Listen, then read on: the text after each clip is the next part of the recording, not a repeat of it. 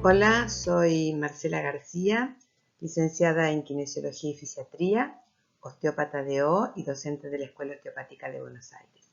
Continuando con este ciclo de charlas sobre lo que representa la osteopatía como disciplina integradora desde los aspectos diagnósticos y terapéuticos, hoy quiero compartir con ustedes algunos conceptos que me parecen interesantes acerca del sistema visceral y su integración con el resto de los sistemas corporales.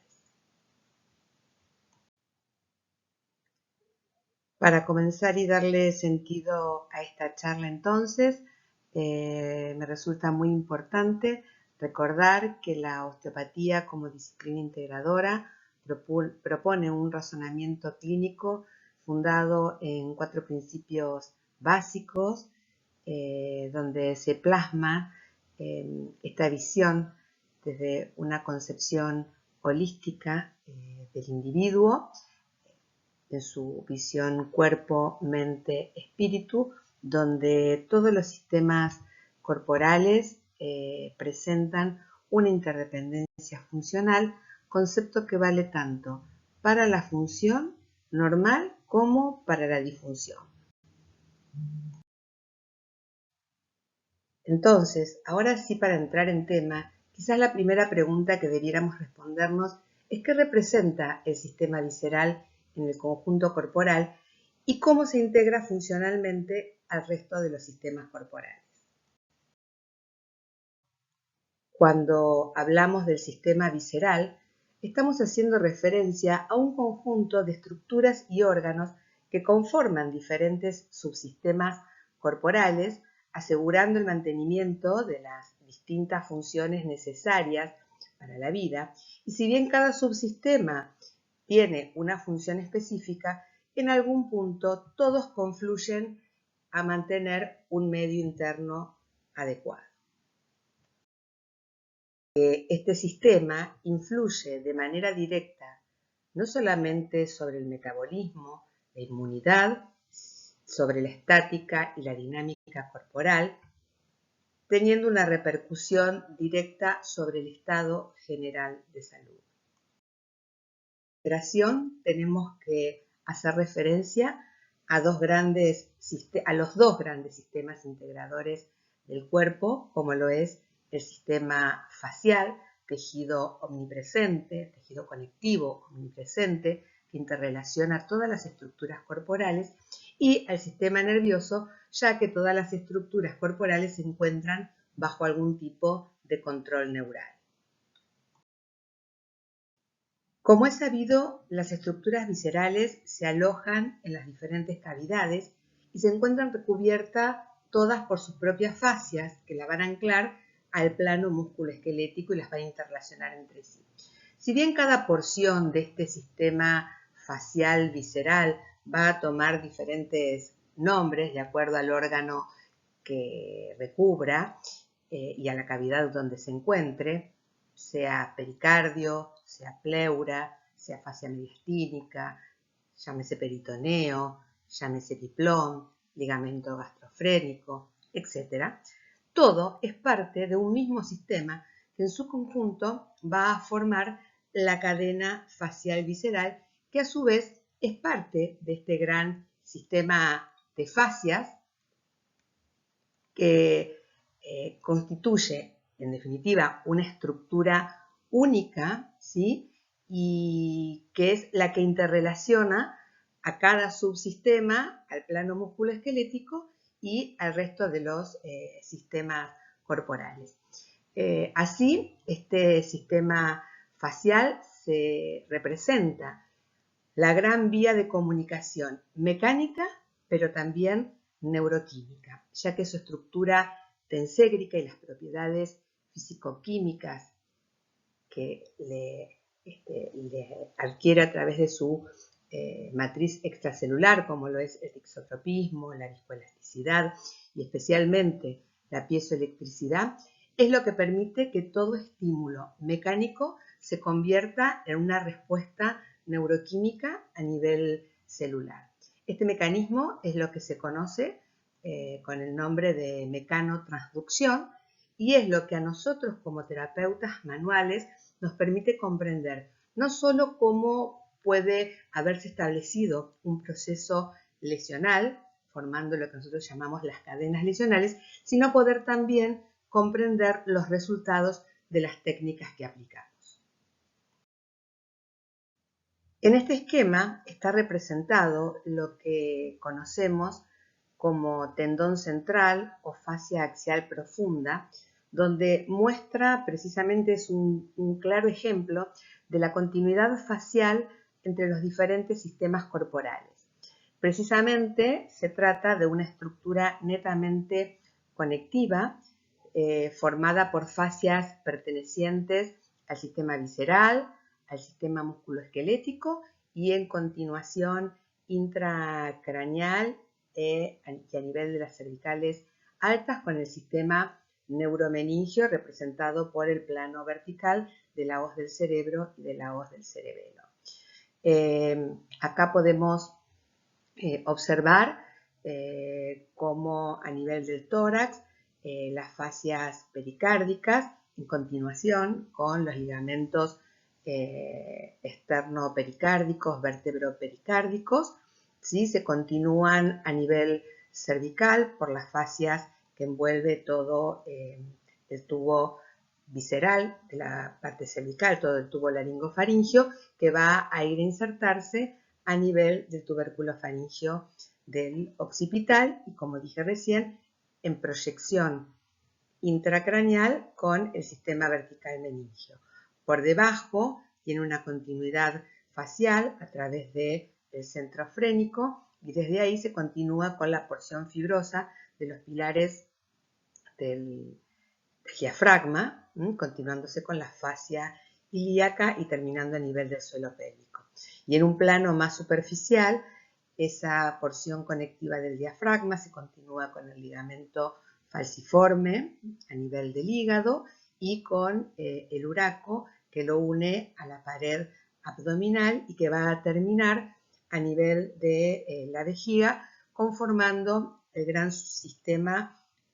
suspensorio de toda la parte genitourinaria. Entonces, en realidad, esta cadena viene a actuar como equilibrante de la cadena estática posterior, también netamente conectiva, y eso marca la influencia directa y determinante que tiene sobre la postura corporal. Un concepto importante desde la perspectiva osteopática es comprender que cada víscera, que cada órgano está recubierto por sus propias envolturas serosas que no solo le van a aportar la nutrición y la protección, sino que van a determinar entre el plano musculoesquelético o entre otras vísceras verdaderos planos de deslizamiento, conformando entre las vísceras también verdaderas articulaciones viscerales, lo que va a permitir una cinética específica a cada órgano que es indispensable que ese órgano lo tenga para que pueda cumplir con su función correspondiente dentro del subsistema visceral al que pertenece. Las vísceras poseen diferentes tipos de movimientos generados por diferentes motores y se describen tres tipos de movimientos diferentes: la motricidad, la movilidad y la motilidad. La motricidad es el desplazamiento visceral pasivo que toda estructura visceral hace adaptándose al movimiento voluntario del aparato locomotor.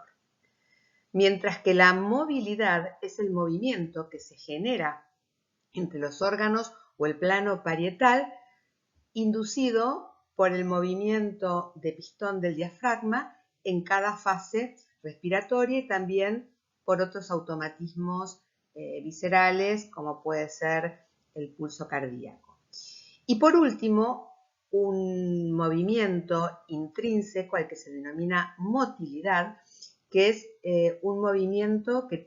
se hace sobre ejes precisos determinados por la memoria celular, están en relación al desarrollo embrionario y también a la influencia del mecanismo respiratorio primario. Otro concepto de relevancia a considerar es tener en cuenta que todas las vísceras se encuentran, como dijimos, alojadas dentro de diferentes cavidades y que esas cavidades presentan una presión, las presiones intracavitarias, que son específicas de cada cavidad. De hecho, sabemos que la presión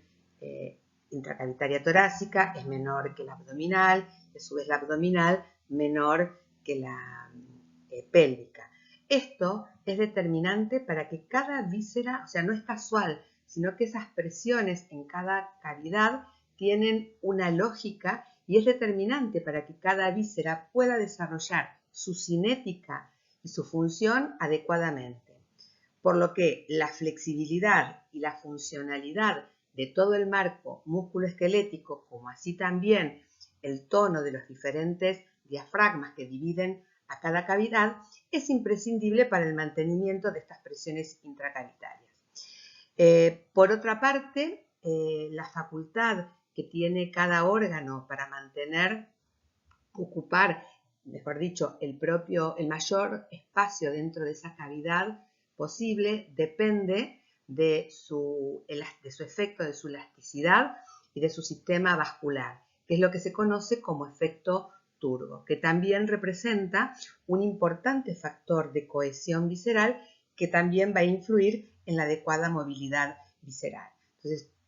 cualquier persona que haya tenido quizás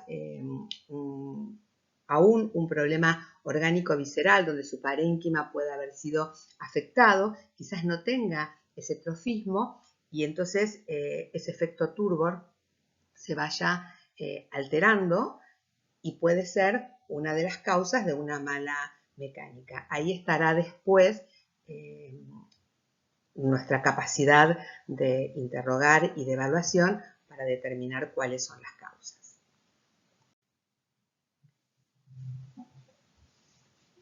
Por otra parte, y continuando con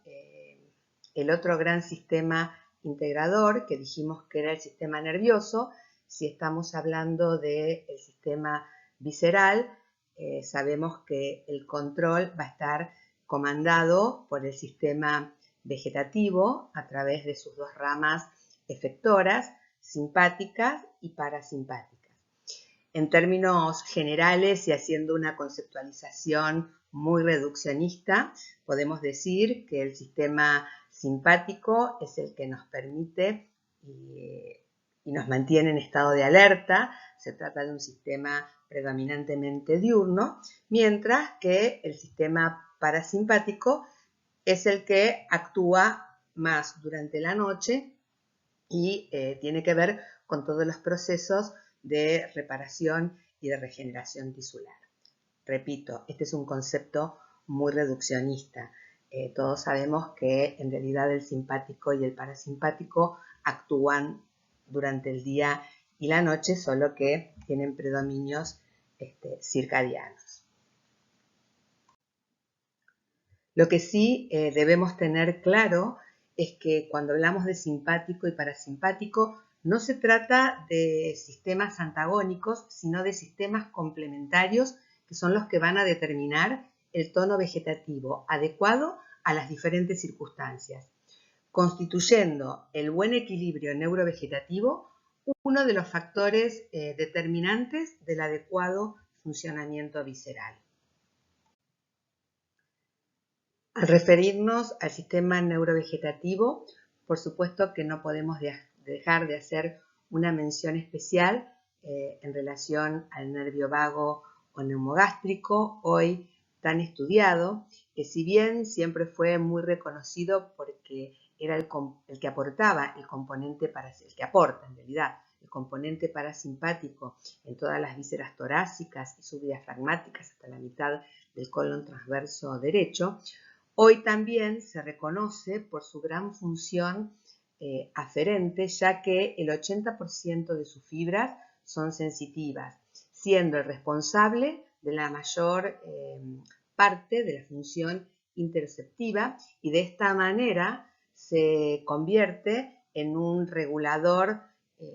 superlativo del tono neurovegetativo general que hoy sabemos que es determinante de asegurar el buen estado de salud. No obstante, sobre esto ustedes tuvieron una charla muy linda con la doctora Leral. No menos importante es recordar también que la acción de este sistema nervioso vegetativo, tanto simpático como parasimpático, sobre la respuesta visceral, se realiza a través de la liberación de diferentes neurotransmisores específicos y de hormonas que van a estar regulados a través del sistema nervioso central y endocrino, que funcionan de manera indisociable para que se generen las respuestas adecuadas y asegurar de esa manera los cambios alostáticos para la recuperación del equilibrio interno y el mantenimiento de la homeostasis. Estos ejes neuroendocrinos, ¿sí?, son ejes fisiológicos, tanto el eje nervioso simpático como el eje hipotálamo hipofisario adrenal,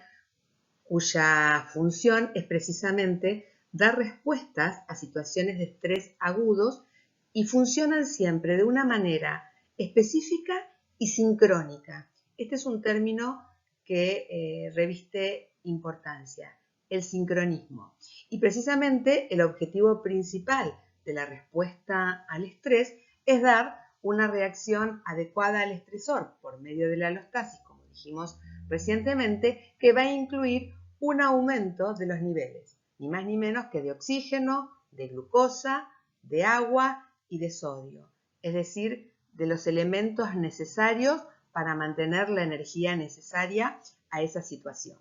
Es importante sí considerar que el sistema nervioso central reacciona por medio de esta regulación neurohormonal y que se trata de una respuesta neuroendocrina fisiológica. El problema aparece cuando la situación de estrés, o sea, la situación de demanda, cualquiera sea el origen, se prolonga en el tiempo y la situación se vuelve crónica. En estas circunstancias hay una pérdida del sincronismo en la funcionalidad de estos ejes, donde hay una activación permanente con una respuesta continua en la liberación de las diferentes hormonas que va a conllevar a una pérdida de la sensibilización de los diferentes receptores, comenzando a hacernos resistentes a la insulina, al cortisol, etc. Y de esta manera generando una alteración metabólica, por supuesto, con sus respectivas consecuencias, ¿no? De igual forma, la persistencia de la apertura de membranas para mantener los niveles de agua y de sodio hace que esas barreras pierdan eficacia. A partir de ahí comienzan a pasar elementos a sangre que no debieran, especialmente a nivel de la barrera intestinal, pudiendo generar un estado de endotoxemia que va a llevar a un estado de inflamación de bajo grado, marcando una actividad continua y exagerada del sistema inmunológico que va a liberar citoquinas proinflamatorias. Entonces, si esta respuesta inflamatoria local persiste en el tiempo,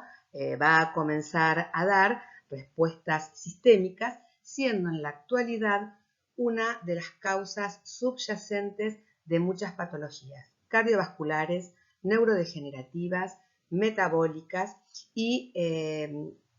la razón está en que el sistema inmunológico pierde esta capacidad de inmunoregular y dichas citoquinas, además proinflamatorias que viajan por vía sanguínea, son capaces en ocasiones de atravesar la barrera hematoencefálica, pudiendo provocar un estado de neuroinflamación,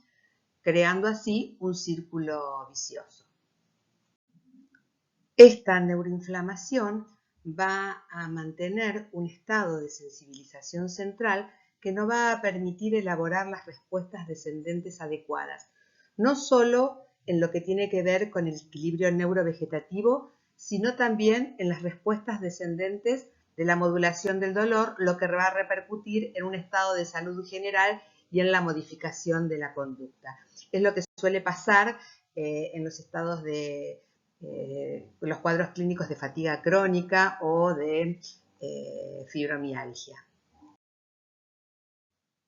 Otro capítulo importante a considerar, muy relacionado con el sistema visceral, es la microbiota. Hoy considerado como un verdadero órgano, ya que los microbios que habitan en nuestro organismo, especialmente los que se alojan en el sistema digestivo, juegan un papel clave en el desarrollo y en el funcionamiento del sistema nervioso, endocrino e inmunitario, entendiendo que el desarrollo equilibrado, ¿sí?, en la densidad de estas colonias microbianas es primordial para un buen estado de salud. Su equilibrio resulta indispensable para un buen funcionamiento no solamente de la digestión, sino del metabolismo y todo lo que tiene que ver con la inmunidad. Sabemos que las bacterias tienen una importante función trófica, de protección, metabólica, y que van a secretar vitaminas y neurotransmisores de importancia relevante para el estado de salud. Lo que vimos, podemos entender que la funcionalidad del sistema visceral depende de múltiples factores. Se encuentra gobernado por el sistema nervioso vegetativo, tanto simpático como parasimpático, y no olvidarnos del sistema entérico a nivel del tubo digestivo, sometido a control de los centros superiores del sistema nervioso central. Por otra parte, está influenciado este sistema por las tensiones faciales de manera directa y de manera indirecta, así también por los movimientos del diafragma en cada fase respiratoria, creando no solo las tensiones faciales, sino también los cambios de presiones intracavitarias imprescindibles para la propia mecánica visceral, como así también para la buena vascularización y la buena vehiculización del flujo nervioso. Y finalmente, también bajo la influencia del mecanismo respiratorio primario, implicando una de sus formas de movimiento. Puede comprenderse entonces que la funcionalidad visceral depende de muchos factores que aseguren la buena relación, la correcta relación entre el contenido y el continente. Puede entenderse entonces que, al igual que en una estructura somática, por diferentes causas que puedan afectar cualquiera de todos estos factores que influyen en la funcionalidad del sistema visceral, también podrán producirse disfunciones viscerales. Cuando hablamos de disfunciones viscerales, estamos hablando de trastornos funcionales en la función visceral que pueden afectar o que van a afectar el movimiento fisiológico visceral en cualquiera de sus formas, generando alteraciones reflejas, modificando la estática de esa víscera y su función, donde tendrán implicancias no solamente en el metabolismo, sino otra vez nuevamente en el estado general de salud. En esta imagen podemos ver cómo una cicatriz por apendicectomía va a crear o puede crear adherencias que van a mantener un estado permanente de irritación mecánica por frotamiento de los tejidos entre sí. Esto va a producir tracciones en el sistema mecánico receptor de las fascias viscerales y en consecuencia se generarán espasmos locales y generales por vía refleja. A su vez, esta situación va a producir un enlentecimiento vascular, generando un estasis circulatorio con influencia sobre la inmunidad. Recordamos que el sistema nervioso autónomo y el sistema somático están interrelacionados a través de una convergencia aferencial, determinando muchos reflejos somatoviscerales y viscerosomáticos, lo que nos permite entender cómo síntomas de origen visceral pueden tener como única manifestación de síntomas un síntoma somático y viceversa, ¿sí? Como una alteración somática puede generar repercusiones con síntomas viscerales. Desde la concepción osteopática, la comprensión de esta integración refleja tiene mucha importancia, ya que cuando realizamos el diagnóstico palpatorio, utilizamos precisamente zonas reflejas para detectar problemas sutiles en la función, pudiendo recoger señales a nivel del sistema musculoesquelético que se traducen en cambio de textura de los tejidos,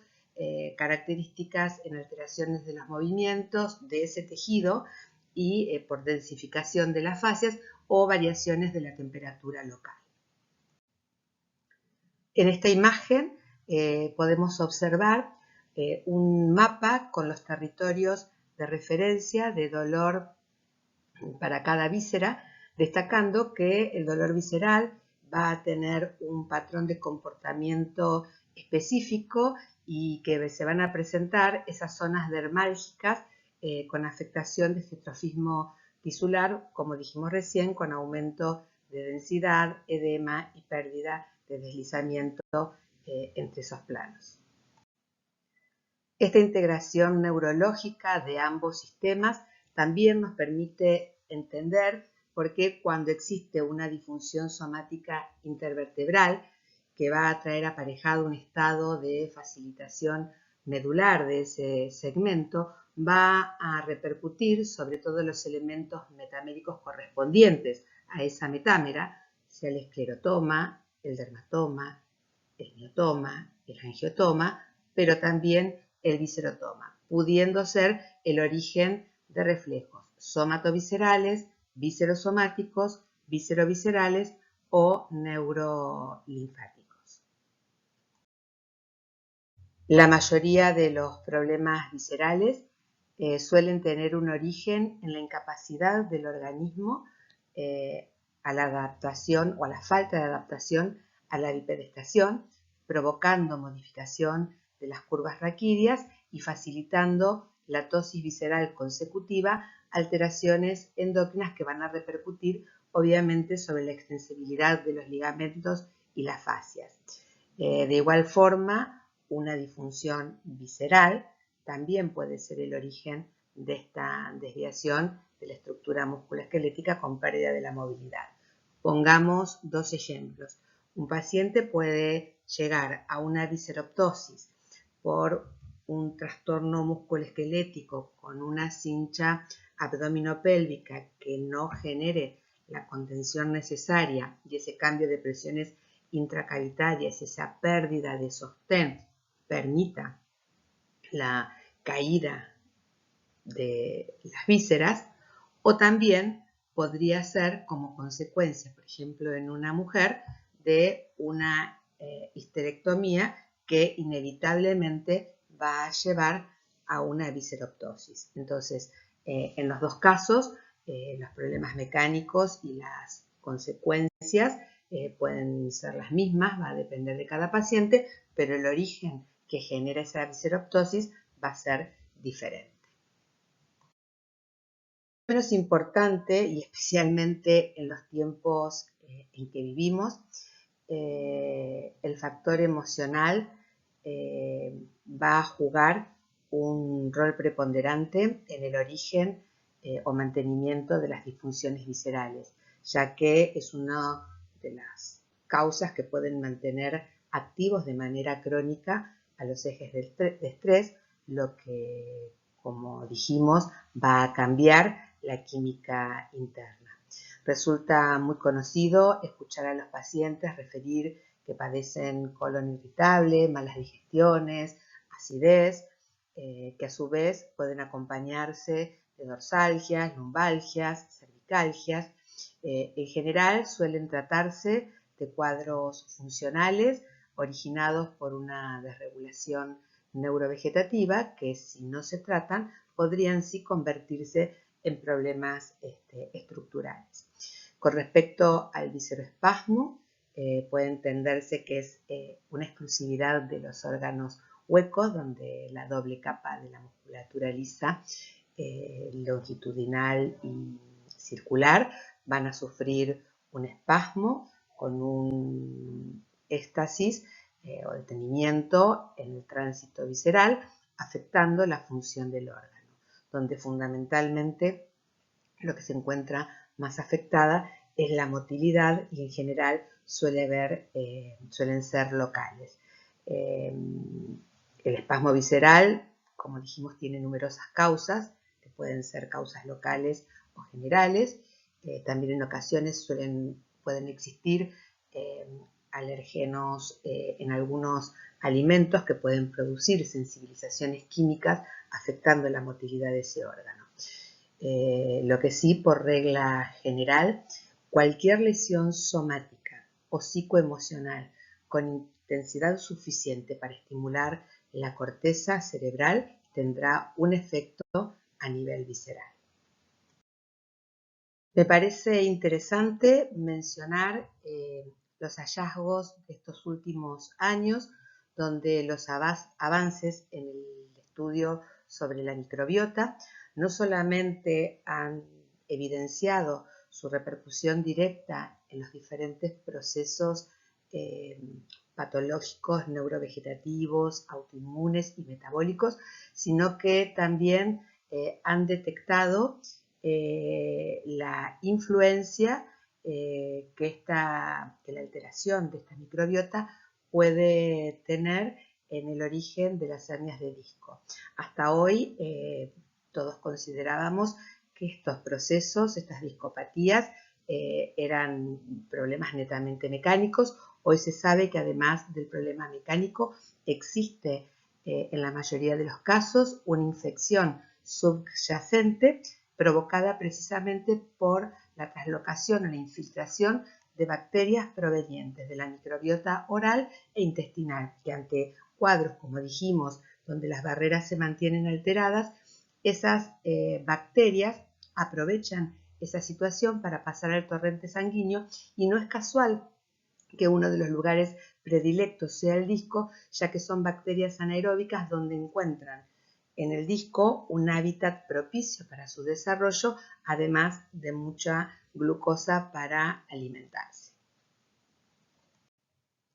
Por todo lo referido, puede comprenderse que muchas son las causas que pueden dar origen a una disfunción visceral. O sea, desde las hipomovilidades propias de una víscera como consecuencia de un proceso infeccioso o inflamatorio, como puede ser una hepatitis, una neumonía, o como consecuencia de tracciones faciales por una cirugía, como también ser consecuencias de disfunciones musculoesqueléticas a través de una disfunción intervertebral, generando reflejos somatoviscerales, consecuencias de alteraciones posturales que impliquen una adaptación y por tensión de esas fascias, irritación de esos mecanorreceptores faciales, o también aún desde la microbiota o desde trastornos neurovegetativos. El gran desafío nuestro como terapeutas es poder interpretar el cuadro clínico por el cual consulta el paciente, ya que en ocasiones estos pueden asociarse o no a síntomas viscerales. De hecho, en muchas ocasiones el paciente solo refiere dolores somáticos y el problema tiene un origen visceral, como podría ser, no sé, una dorsalgia por una gastritis, o al revés, en otros casos, el paciente consulta por mucha manifestación visceral y el origen está en desadaptaciones en el cuadro musculoesquelético. Entonces, o de distonías neurovegetativas. Y este es nuestro gran desafío. La razón, una parte fundamental del diagnóstico osteopático, será poder interpretar el proceso fisiopatológico que nos permita dilucidar si el origen de los síntomas responden a un trastorno somatovisceral, a un trastorno viscerosomático o a ambos. Como en todos los casos, cualquiera sea el motivo por el que consulta el paciente, como osteópatas realizaremos lo que llamamos un diagnóstico de convergencia, donde no solamente se tendrá en cuenta los síntomas actuales, sino también todos sus antecedentes, como teniendo en cuenta enfermedades previas, cirugías, traumatismos, situaciones emocionales y también sus estudios complementarios. Asimismo, en lo que se refiere a lo que es el sistema visceral en particular, examinaremos o tendremos en cuenta en todo este diagnóstico examinar la víscera individualmente, esa víscera en relación con el sistema orgánico al que pertenece y la víscera en relación estructural y funcional con el organismo en su conjunto. Para realizar este diagnóstico seguiremos el protocolo evaluativo que todos conocemos, donde la anamnesis juega un rol relevante, no solamente porque vamos a conseguir toda esta información respecto al síntoma por el que consulta, sino también toda su historia previa y en el caso específico del sistema visceral, será muy importante tener en cuenta cualquier signo de alarma que pueda presentarse. Posteriormente a la anamnesis, obviamente se sigue con una inspección estática, una observación estática y dinámica para luego comenzar con la palpación, donde se podrá poner en evidencia la presencia de determinados signos clínicos, en este caso la presencia o no de determinados reflejos, si están activos o no, que nos permita determinar verdaderamente si estamos en presencia de un trastorno visceral y además obviamente completaremos luego con lo que son la valoración de la movilidad específica de cada víscera en todas sus formas, desde una escucha local, la movilidad y la motilidad. También se van a evaluar todas las zonas que tengan somáticas que tengan relación con la inervación neurovegetativa de esa víscera y también, por supuesto, en la palpación aparecerán la existencia o no de determinados puntos triggers. Cuando está presente un reflejo viscerosomático, este reflejo viscerosomático de Bell pone en evidencia que existe un estímulo visceral localizado que está provocando una respuesta sobre las estructuras somáticas segmentarias relacionadas a esa víscera, evidenciándose a través de características particulares. O sea, ya ahí vamos a encontrar a nivel somático ya no un segmento intervertebral involucrado, sino que va a haber dos o más segmentos vertebrales con sus zonas medulares facilitadas, va a haber una restricción de movilidad segmentaria con cambios a nivel del trofismo, ¿sí? Tanto de la piel como del celular subcutáneo de la zona y una reacción de espasmo muscular profunda en la zona relacionada. Otro reflejo característico que evidencia un proceso viscerosomático son los reflejos neurolinfáticos de Chapman, que se trata de un reflejo viscerosomático que se manifiesta por pequeñas induraciones del tejido celular originados precisamente por un bloqueo de la circulación linfática. Estos reflejos poseen un valor diagnóstico y terapéutico y se producen, o sea, se presentan como unos ciertos granitos de arroz. También hay una cartografía específica de la presencia de esos nódulos en relación a la víscera correspondiente y que se van a manifestar tanto para cada víscera en un punto, en un plano anterior como en un plano posterior. Se determinan por palpación y una vez diagnosticados pueden trabajarse a partir de un masaje circular. Las dermalgias reflejas de Charicot son otro reflejo que evidencian la presencia de un proceso viscerosomático. Se trata en este caso de un reflejo cutáneo visceral o viscerocutáneo. Se presentan a nivel tórax abdominal. También existe una cartografía específica para cada órgano. Ponen en evidencia el mal funcionamiento del sistema neurovegetativo y en realidad cuando una dermalgia, un punto de Charicot da positivo, debe evidenciarse a través de lo que se denomina un estado y un síntoma. El estado corresponde a la presencia de edema en el tejido celular, mientras que el síntoma se presenta como un dolor de tipo quemante. Por eso se habla de dermatitis edematosa. Estos reflejos se evalúan a través de una maniobra de pinzado rodado y nuevamente una vez identificado con una maniobra similar pueden tratarse. También, al igual que los de Chapman, tienen valor diagnóstico y terapéutico.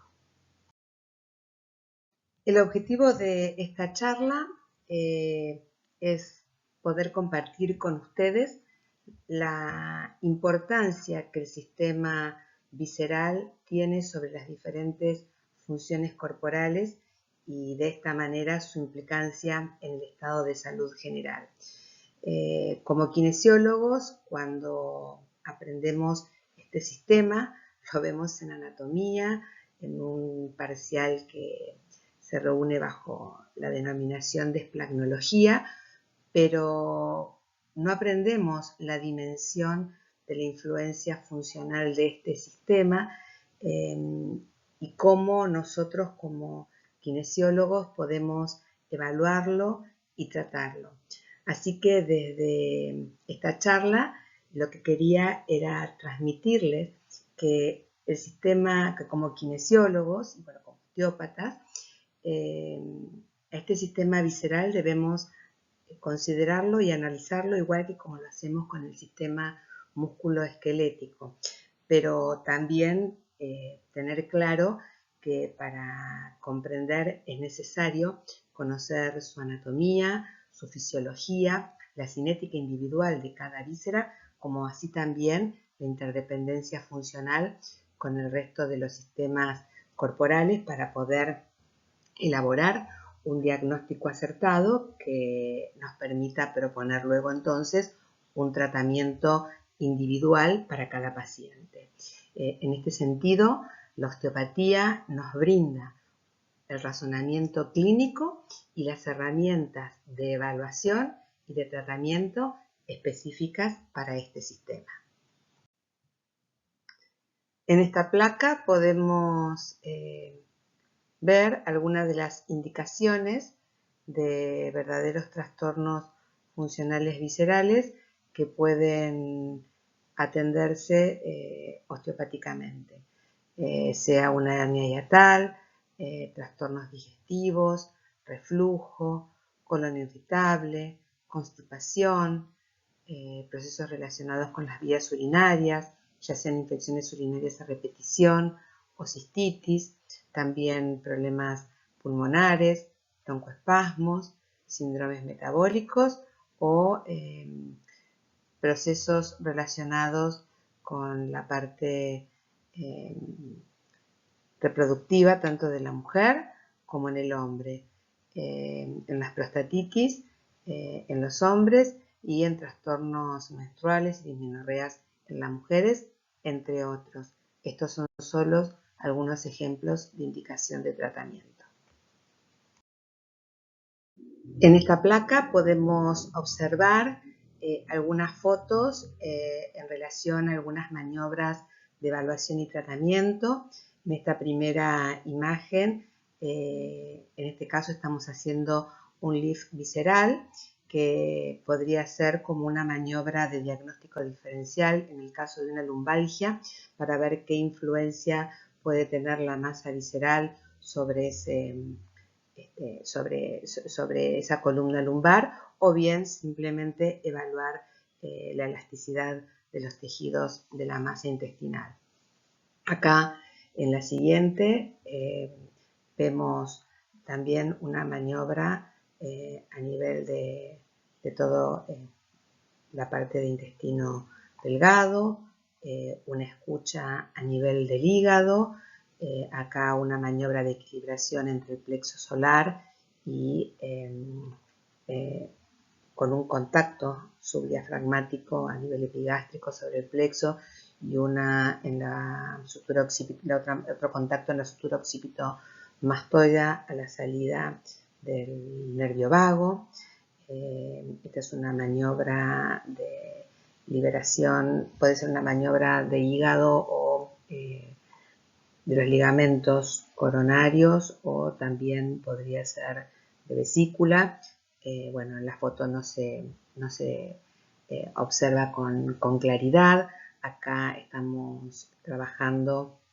sobre los ligamentos ováricos. De todas maneras, en muchas ocasiones los mismos contactos ejerciendo acciones diferentes muchas veces sirven para hacer maniobras de evaluación y luego convertirlas en maniobras terapéuticas. Es de resaltar que en todo tratamiento visceral resulta indispensable asegurar el normal tono diafragmático. Debemos tener en cuenta la implicancia funcional de este músculo que actúa como separador de cavidades, determinando el juego de presiones tóraco-abdominal imprescindibles para la adecuada función visceral, vascular y nerviosa. Es también el centro de confluencia de todas las cadenas dinámicas miofaciales a través de la corona muscular, como también punto fijo anterior de la cadena estática axial profunda. Tiene una influencia neurovegetativa súper importante por su relación con el plexo solar y además es el principal exponente de todos nuestros estados emocionales. Para ir finalizando esta charla, quería mencionarles algunos artículos científicos en donde se pone en evidencia la eficacia y los buenos resultados en diferentes estudios sobre la aplicación del tratamiento osteopático en procesos viscerales. Estos son solo algunos ejemplos. En este caso hay un estudio sobre el tratamiento de la manipulación osteopática como herramienta complementaria útiles en la neumonía, donde se demuestra que en pacientes internados con neumonía el tratamiento complementario de la manipulación osteopática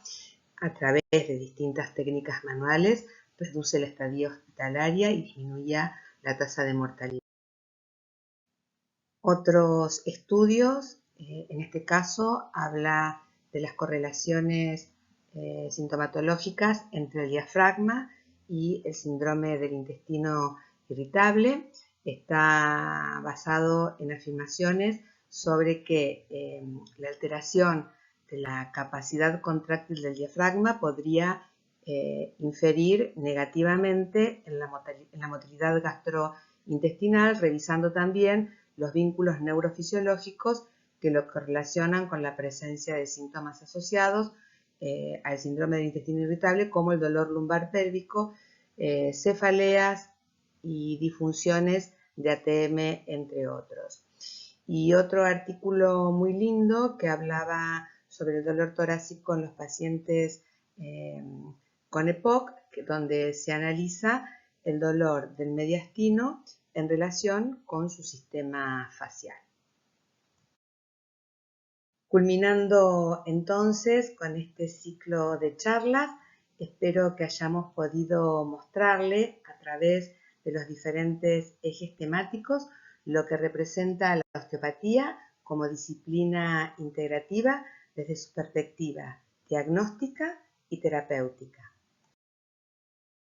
Entendiendo que la osteopatía es filosofía, ciencia y arte. La filosofía sustentada en el concepto desarrollado por su creador Andrew Steele, basado en la unidad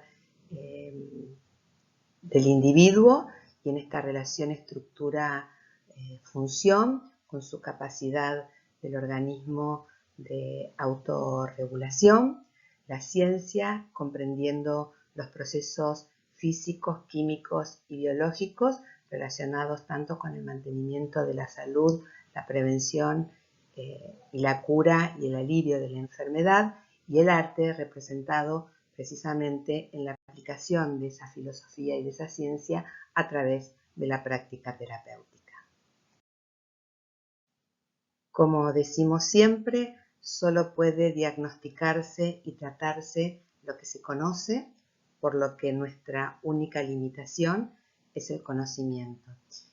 Cada paciente es único y por eso hace que cada uno de ellos represente un nuevo desafío en nuestra consulta, más allá de que todos presenten la misma sintomatología. Me gustaría despedirme con este mensaje de Napoleón Hill,